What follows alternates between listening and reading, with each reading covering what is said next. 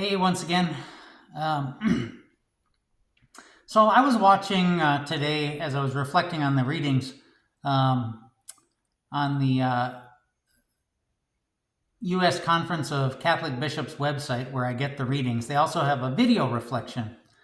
And this priest was talking about how once upon a time he was the chaplain for the New York Jets.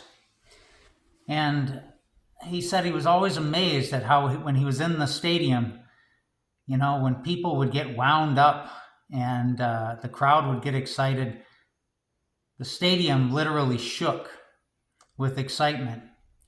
And and it was amazing the effect that that had on the players. And then he went on to say that, unfortunately, he never saw a church shake like that with that much excitement. And of course, he was connecting it to today's reading where it's in the Acts of the Apostles, and the apostles are preaching the gospel boldly, without fear. And, as they're praying, the place where they are gathered shakes. And that experience is juxtaposed with the reading of the gospel. So in the gospel, all the disciples of Jesus are timid and mousy, when Jesus is still alive. But after Jesus' resurrection, they're bold and fearless. And so the gospel is about Nicodemus, who comes to Jesus at night because he's scared. And Jesus tells him that he needs to be born again. And so, I've always thought that the best evidence for the resurrection is the changed lives of the disciples. Because when you think about it, when Jesus was appearing to people after his resurrection, he didn't appear to his enemies. He didn't appear to his skeptics. He only appeared to people who already believed in him. What's the point of that? How is that going to convince anybody? If there was some cult leader down the street and only his, cult followers were the ones who believed he came back, how could that convince anyone of the resurrection? But the people who witnessed the resurrection, the disciples, what was convincing was how they were different people, very different people. They were fearless, they were bold, they were courageous, everything that they were not before. And it was the kind of thing that said, I don't know what happened to those people, but something happened. Something happened that enabled them to be able to be the people that they are now. And so it just goes to show, it's the same thing that attracts people to the gospel today. It's not any rational proof.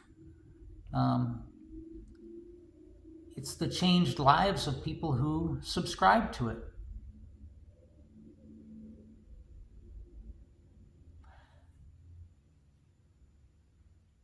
But the thing that really strikes me, I think, is that, we can't force that. Everybody's, faith is a gift. And sometimes it's a gift I wish I had, I wish I had the boldness of the disciples. I wish I had the peace that some people have in life. And that's where I come back to this notion of being born again.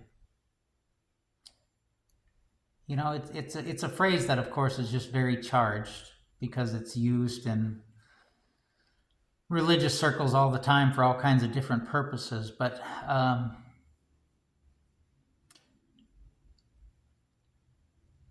human beings don't give birth any more than farmers grow food.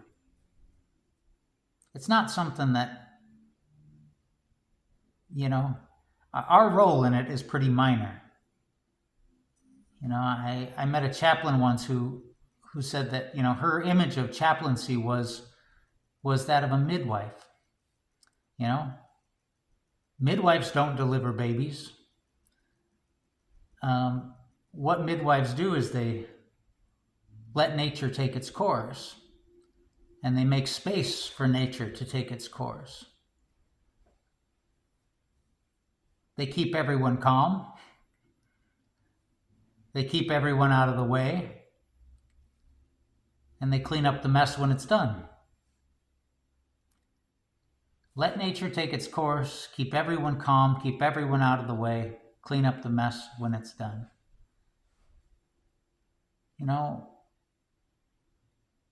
We can't make spiritual things happen in our life.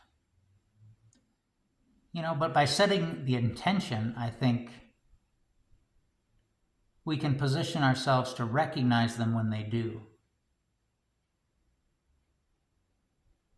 And so that's our role.